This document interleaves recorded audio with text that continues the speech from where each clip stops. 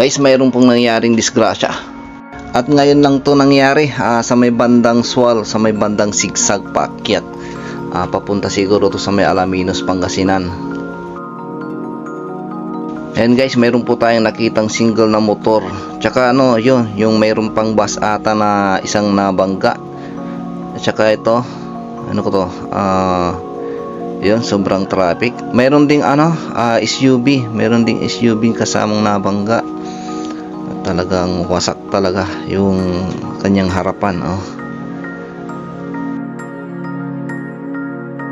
Doon sa may bandang harap naman, yun, mayroong natatanaw tayong kotse.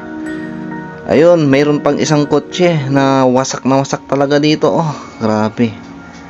So hindi lang pala single na motor yung nadisgrasya dito. Mayroon siyang bus, mayroon ding parang FX ata yun, SUV. Tsaka yung isa, yung kotse. So bali parang apat na sasakyan yung nagkarambola dito sa may Sual, yung sigsag na daan.